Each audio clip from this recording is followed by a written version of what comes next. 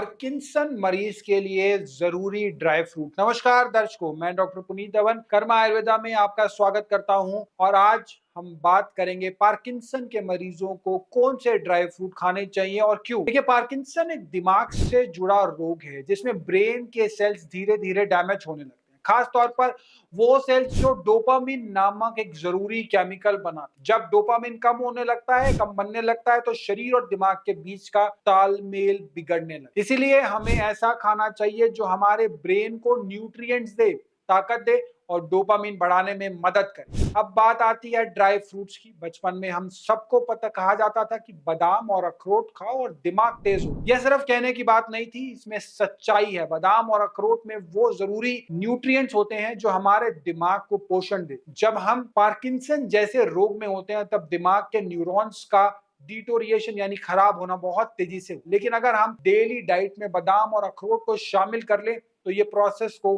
कम किया जा सकता है। तो क्या करना है? सुबह बहुत आसान है। सुबह उठते ही आपको 10 से 12 बादाम या फिर 4 से 6 अखरोट की गिरी ले सकते हैं, लेकिन सभी नट्स सभी सीजन में भिगो कर खाना है। ध्यान रखिए, यह आपके शरीर से ज्यादा आपके ब्रेन के लिए फायदेमंद है। ब्रेन को जितना अच्छा पोषण मिलेगा उतना ही बेहतर उसकी काम करने की शक्ति बढ़ती है। अगर इस डैमेज को रोकना है तो डाइट, एक्सरसाइज और नींद, इन तीनों चीजों पर फोकस करना होगा। डाइट में प्रोटीन, कार्बोहाइड्रेट्स, विटामिन, मिनरल्स सब कुछ होना चाहिए। अगर आप एक्सरसाइज नहीं कर रहे तो ब्रेन तक खून की सप्लाई भी कम हो जाती है और ब्रेन को नुकसान होता है। तीसरी चीज है नींद। अगर आप पार्किंसन के मरीज हैं तो कम से कम 8 घंटे की नींद जरूरी है। क्यों जरूरी है ये नींद? जब आप सोते हैं तभी ब्रेन खुद को रिपेयर करता है। अगर नींद कम हो रही हो या बार बार टूट रही हो तो रिपेयर ठीक से नहीं होता और ब्रेन जल्दी डैमेज होने लगता है। पार्किंसन का एक और बड़ा कारण है स्ट्रेस।